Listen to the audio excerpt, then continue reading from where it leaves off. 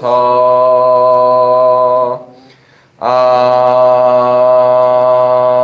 아멘. 오늘의 성경 말씀은 예레미야 3장 19절에서 25절 말씀입니다. 예레미야 3장 19절에서 25절 말씀, 구약 1071쪽쯤에 있습니다.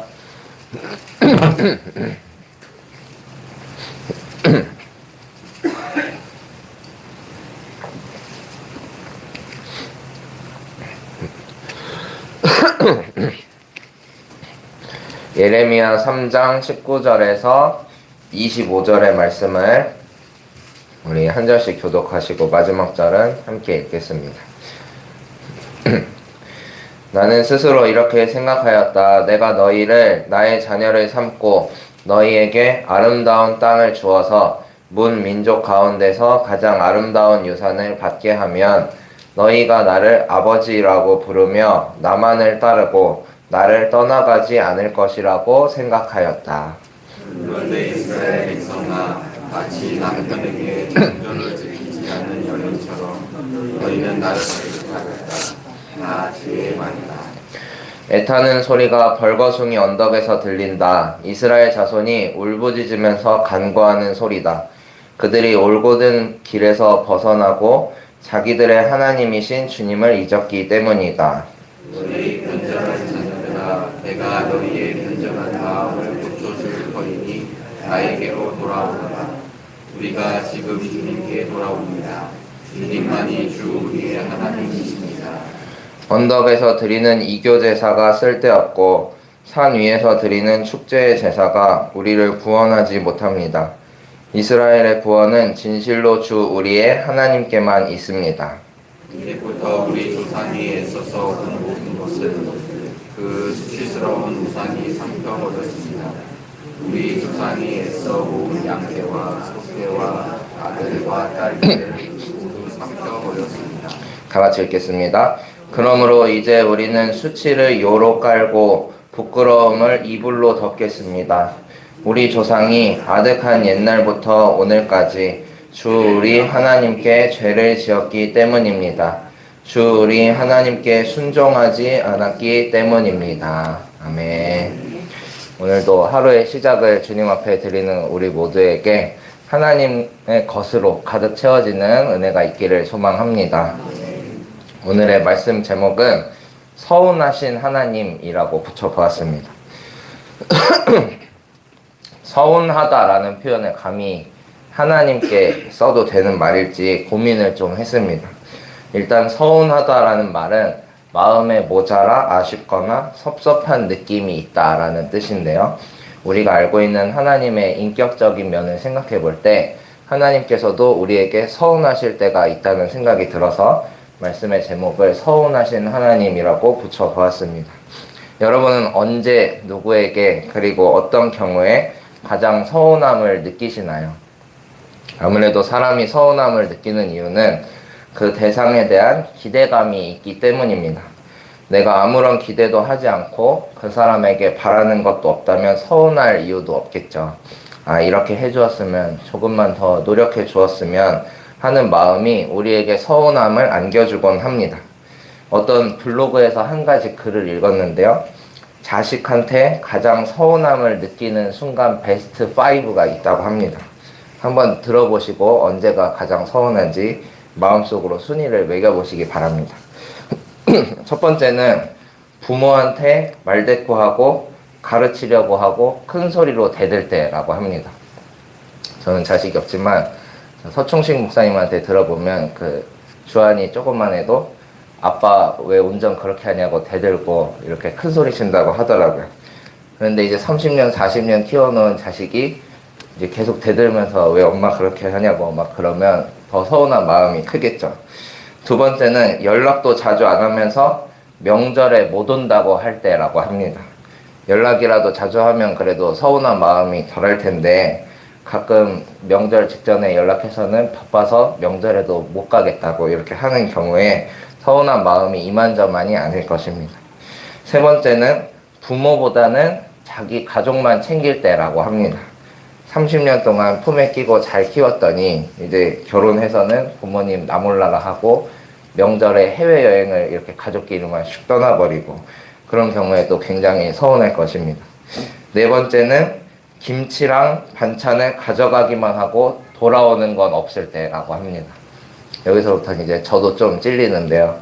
이제 부모님 댁에 가면 하다못해 김이라도 한 박스 챙겨주려고 하시는 게 이제 부모님 마음인데 자식들은 엄마 뭐 김치 남은 거 없냐고 이렇게 바라기만 하는 경우가 많습니다.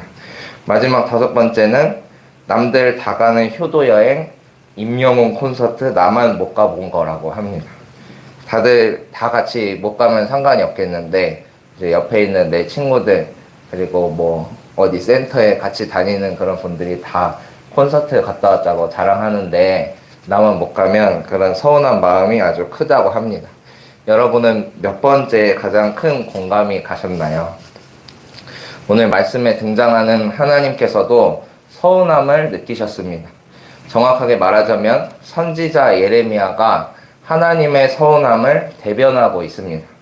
서운함의 대상은 다름 아닌 유다 왕국이었는데요. 하나님께서 유다 왕국에게 서운함을 느끼셨던 이유는 그만큼 택하신 족속에 대한 기대감이 크셨기 때문입니다. 19절의 말씀입니다. 나는 스스로 이렇게 생각하였다. 내가 너희를 나의 자녀로 삼고 너희에게 아름다운 땅을 주어서 문 민족 가운데서 가장 아름다운 유산을 받게 하면 너희가 나를 아버지라고 부르며 나만을 따르고 나를 떠나가지 않을 것이라고 생각하였다. 하나님께서는 이렇게 유다 왕국을 자녀로 삼으셨고요. 아름다운 땅을 주어서 문 민족 가운데서 가장 아름다운 유산을 주셨습니다. 그 유산은 예루살렘이라는 땅덩어리를 의미한다기보다 하나님과 유다 왕국 사이에 있던 신뢰관계, 언약관계를 의미하는 것으로 보입니다. 하나님께서 아브라함 때부터 택하신 백성에 대해 약속하셨던 그 엄청난 축복, 그 유산을 뜻하는 것입니다. 하나님께서는 선지자 예레미야를 통해 한탄하듯이 말씀하시죠. 내가 스스로 생각하기에 너희를 이만치 잘해주고 자녀로 삼으면 너희가 나를 아버지라고 부르면서 나만을 따르고 나를 떠나가지 않을 것이라고 생각했는데 너희는 그러지 않았다 라고 하나님의 서운한 감정을 토로하고 계십니다. 20절에 보니까 이스라엘 백성, 유다 왕국의 백성들은 마치 남편에게 정절을 지키지 않은 여인처럼 하나님을 배신했습니다. 예레미야 3장을 천천히 읽어보시면 하나님과 유다 백성 간의 관계를 남편과 아내 혹은 부모와 자식 간의 관계로 표현하고 있습니다. 남편과 아내의 관계든 부모와 자식 간의 관계든 공통점이 있다면 서로 큰 기대감을 갖고 있는 관계라는 것입니다. 그렇기 때문에 그 기대가 깨져버렸을 때 몰려올 서운함은 배가 됩니다. 하지만 유다 백성들은 그런 하나님의 기대와 신뢰를 깨버렸습니다. 신뢰를 깨버리는데 그치지 않고 오히려 하나님을 이용하려 들었습니다. 3장 1절에 보니까 하나님은 이렇게 말씀하시죠. 세상 사람들도 어떤 여자가 음행하였을 때 본 남편에게로 되돌아갈 수 없다고 말한다. 그런데 너 유다 백성들은 수많은 남자들과 음행을 하고서도 나에게로 다시 돌아오려고 하느냐? 여기서 음행은 이방신들에 대한 우상 숭배를 뜻합니다. 남편과 같은 나 여호와 하나님을 배신하고 그렇게 우상을 섬기고서도 어떻게 뻔뻔하게 나한테 다시 돌아오려고 하느냐라며 유다 백성을 책망하십니다. 하지만 유다 백성들은 하나님의 이러한 책망 소리에도 정신을 차리지 못했습니다. 3절 뒷부분에 보시면 이제 창녀처럼 뻔뻔스러운 얼굴을 하고 부끄러워하지도 않았다고 합니다. 마치 여인이 음행을 저지르고도 남편 앞에서 당당하듯이 우상들을 섬기고 마음을 완전히 우상들에게 갖다 바친 유다 백성들이지만 하나님 앞에 뻔뻔한 얼굴을 치켜들고 있습니다. 이들의 뻔뻔함은 여기서 그치지 않았는데요. 4절에서 5절에 보시면 오히려 하나님을 아버지라고 혹은 오랜 친구라고 부르면서 하나님은 끝없이 화를 내시는 분이 아니시니 괜찮을 거야. 하나님은 언제까지나 진노하시는 분이 아니야 라고 합리화를 합니다. 그러면서 온갖 악행을 마음껏 저지릅니다. 하나님의 자비로우신 성품을 이용하려 든 것이죠. 적나라하게 표현된 이 말씀을 마주하면서 저도 마음에 큰 찔림을 느꼈습니다. 우리가 하나님을 섬기면서도 마음이 다른 데로 빼앗기는 경우가 굉장히 많죠. 마치 여인이 음행하듯이 남편이신 하나님을 외면하고 다른 남자들, 우상들과 논일며 즐거워할 때가 참 많습니다. 그러면서도 하나님은 자비의 하나님이시니까 이 정도는 괜찮아 하면서 자기를 위로하고요. 내가 좀 죄를 짓긴 했지만 하나님은 사랑이 많으신 분이니까 괜찮을 거야 라며 아니란 태도로 살아가곤 합니다. 하나님의 한량없는 사랑을 이용하며 믿음 생활을 이어가는 경우가 적지 않습니다. 때로는 우리가 하나님을 이용하려 들지만 그럼에도 불구하고 하나님께서는 우리를 향한 사랑의 끈을 놓지 않으십니다. 남편이 아내를 잃고 부모가 자식을 잃는 고통은 이루 말할 수가 없겠죠. 하나님께서도 우리를 그렇게 생각하십니다. 대체되지 않는 존재로 여기십니다. 하나님의 하나뿐인 사랑으로 여기십니다. 수많은 여인들을 데리고 와도 아내를 잃은 남편이 위로를 받을 수 있을까요? 수많은 자식들을 데리고 온들 하나뿐인 내 아들, 내 딸을 대체할 수가 있을까요? 하나님은 우리를 그렇게 생각하고 계십니다. 하나뿐인 내 아내처럼, 하나뿐인 내 자식처럼 우리를 생각하십니다. 그런 하나님의 마음을 서운하게 해드리는 일이 없기를 바랍니다. 하나님께서 우리에게 많은 기대와 사랑을 쏟아 부어주신 만큼 하나님께 영광 돌리고 주님 곁으로 나아가는 우리 모두가 되기를 소망합니다. 본문 21절부터는 유다 백성의 회환과 통곡의 소리가 울려 퍼집니다.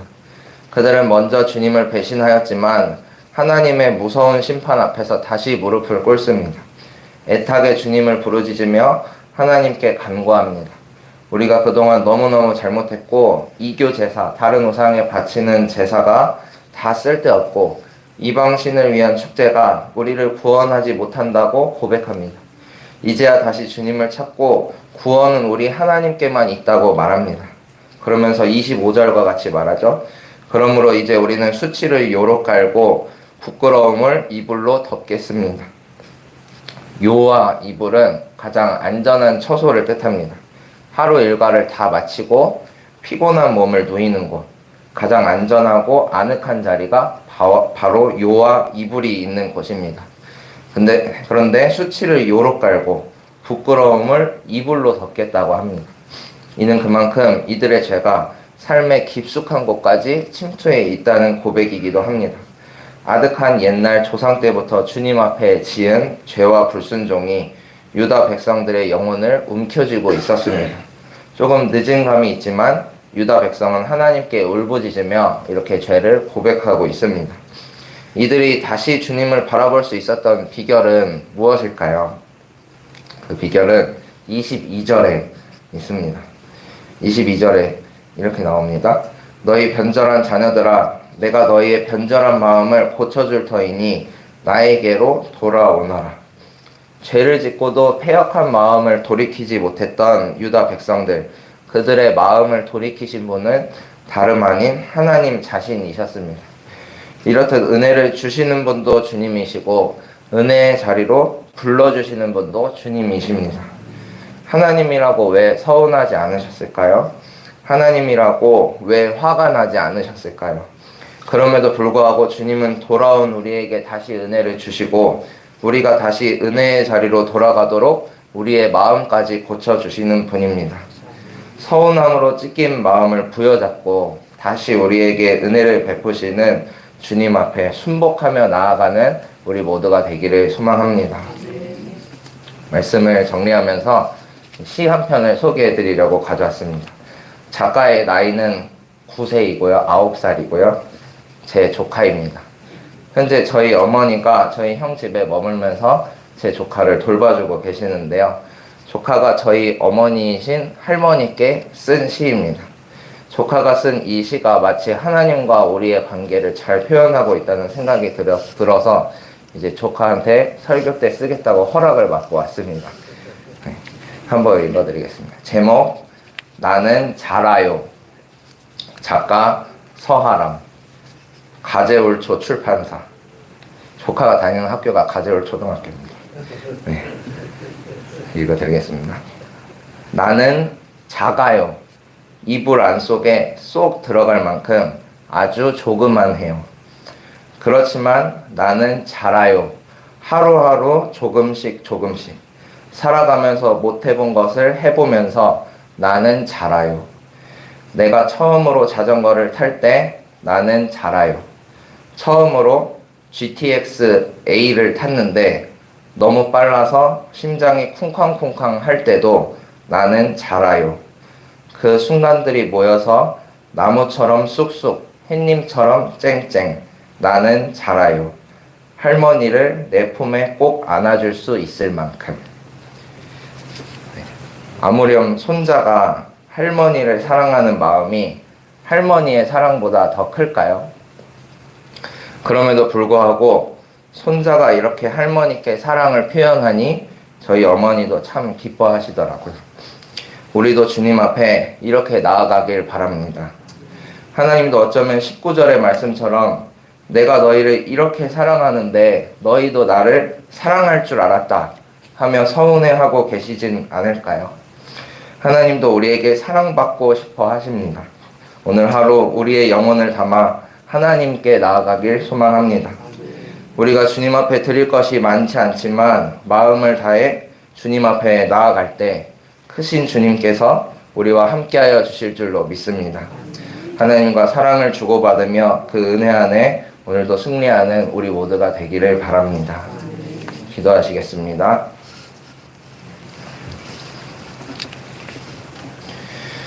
하나님 감사합니다. 오늘도 주님 앞에 나와 하루를 시작하게 하시니 감사드립니다.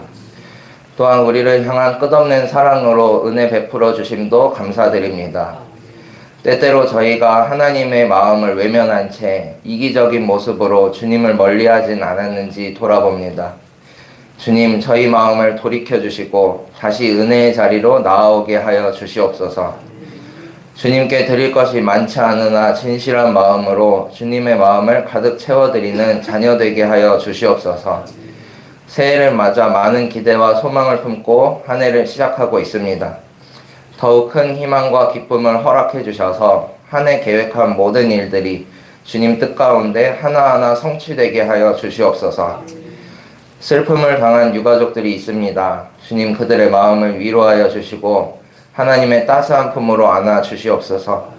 하나님의 부르심을 받은 영혼 하나님 곁에서 영원한 평안을 누리게 하여 주시고 이 땅에 남은 가족들은 천성을 향한 소망을 갖게 하여 주시옵소서. 주님, 저희는 모두 한 줌의 재로 사라질 존재들입니다. 항상 깨어 기도하게 하여 주시고 이 땅에 남겨진 시간 주님 뜻 가운데 바로 서는 삶이 되게 하여 주시옵소서. 이제 청소년부 수련회를 하루 앞두고 있습니다. 여호와로 인한 기쁨이라는 주제로 수련회가 진행되는 가운데 무엇보다 아이들의 심령에 주께서 주시는 기쁨이 차고 넘치기를 원합니다. 학업과 관계에 지친 삶에 단비와 같은 은혜를 내려주시고 하늘의 기쁨을 맛보는 복된 시간 되게 하여 주시옵소서. 이번 수련회를 통해 청소년부의 생동력이 넘쳐나길 소망합니다. 교회가 아이들 삶의 안식처요, 삶의 원동력이 되게 하여 주시고 남은 생을 주님과 함께 동행하기 위한 디딤돌이 되게 하여 주시옵소서. 젊은 날에 하나님을 뜨겁게 체험하여 그 사랑과 감격으로 평생토록 주님 품 안에 살아가는 은혜 내려 주시옵소서. 모든 것 주님께 맡겨드립니다. 살아계신 예수님의 이름으로 기도합니다. 아멘. 하늘에 계신 우리 아버지여, 이름이 거룩히 여김을 받으시오며 나라가 임하시오며 뜻이 하늘에서 이루어진 것 같이 땅에서도 이루어지이다. 오늘 우리에게 일용할 양식을 주시옵고 우리가 우리에게 죄 지은 자를 사하여 준 것 같이 우리 죄를 사하여 주시옵고 우리를 시험에 들게 하지 마시옵고 다만 악에서 구하시옵소서. 나라와 권세와 영광이 아버지께 영원히 있사옵나이다. 아멘.